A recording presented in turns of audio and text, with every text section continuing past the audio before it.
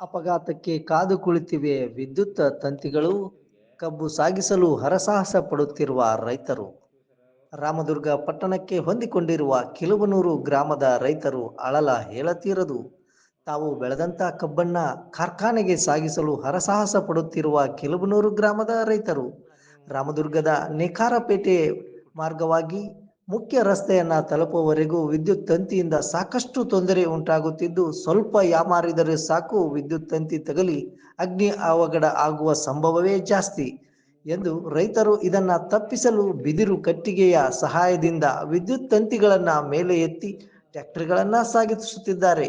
Tractor ಡ್ರೈವರ್ಗಳಂತೂ ತಮ್ಮ ಜೀವವನ್ನ ಕೈಲಿ ಹಿಡಿದುಕೊಂಡು ಕಬ್ಬು ತುಂಬಿದ ಟ್ರ್ಯಾಕ್ಟರ್ಗಳನ್ನ ಚಲಿಸುತ್ತಿದ್ದಾರೆ. ಎತ್ತರವಾದ ಲೈಟ್ ಕಂಬಗಳನ್ನ ಅಳವಡಿಸಿ ವಿದ್ಯುತ್ ತಂತಿಗಳನ್ನ ಇನ್ನಷ್ಟು ಮೇಲಕ್ಕೆ ಅಳವಡಿಸಿ ಎಂದು ಕಿಲುಬನೂರು ಗ್ರಾಮದ ರೈತರು ಹಾಗೂ ಭಾರತೀಯ ಕಿಸಾನ್ ಸಂಘದ ಪದಾಧಿಕಾರಿಗಳು ಹಾಗೂ ರೈತ ಮುಖಂಡರು ಸೇರಿ ರಾಮದುರ್ಗದ ಹೆಸ್ಕಾಂ ಅಧಿಕಾರಿಗಳಿಗೆ ಸಾಕಷ್ಟು ಮನವಿಯನ್ನ ಸಲ್ಲಿಸಿದರೂ ಯಾವುದೇ ಪ್ರಯೋಜನವಾಗಿಲ್ಲ.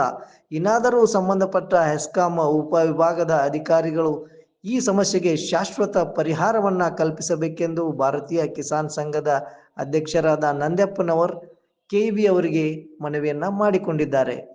ವರದಿ ವಸಂತ ರೆಡ್ಡಿ ಹೆಬ್ಸೂರ್, ಪ್ರಣಯ ನ್ಯೂಸ್, ರಾಮದುರ್ಗ.